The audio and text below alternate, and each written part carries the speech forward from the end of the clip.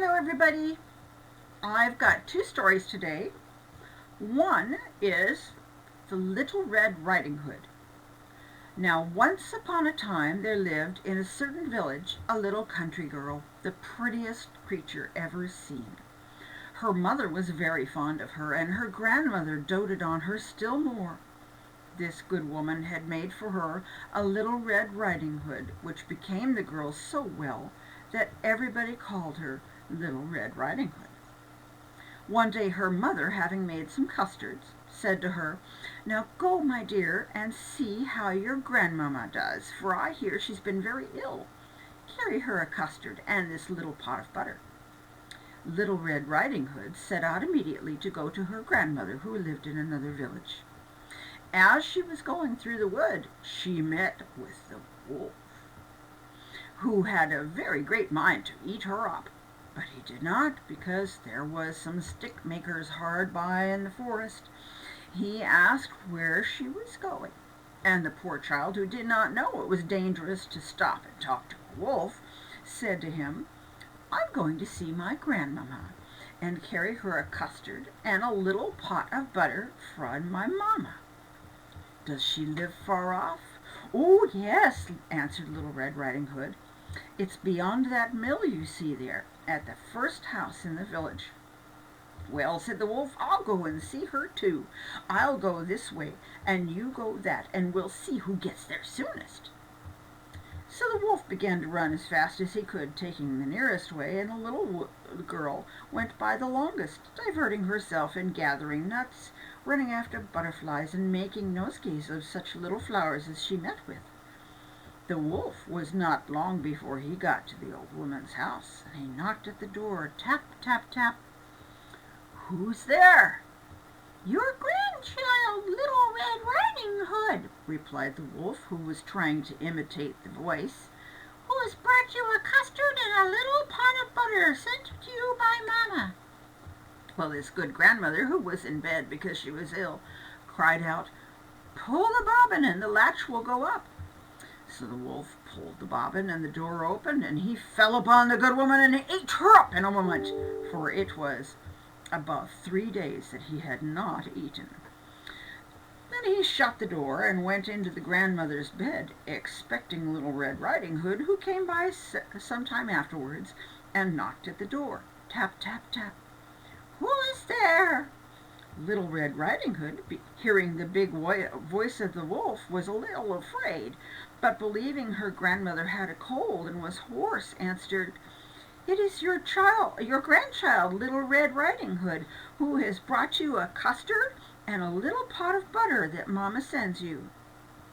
The wolf cried out to her, softening his voice as much as he could, "Oh, pull the bobbin and the latch will go up." So Little Red Riding Hood pulled the bobbin, and the door opened. The wolf, seeing her come in, said to her, hiding under the bedclothes, "Put the custard and the little pot of butter on the stool, and come here and lie down with me." Little Red Riding Hood undressed herself and stood by the bed, where, being greatly amazed to see how her grandmother looked in her nightclothes, said to her, "Oh, grandmamma, what great arms you've got!" "Oh, the better to hug you, my dear." "Oh, grandmamma, what great legs you've got!" "Oh, the better to run, my child." "Oh, grandmamma, what great ears you've got!" "Oh, the better to hear you, my child."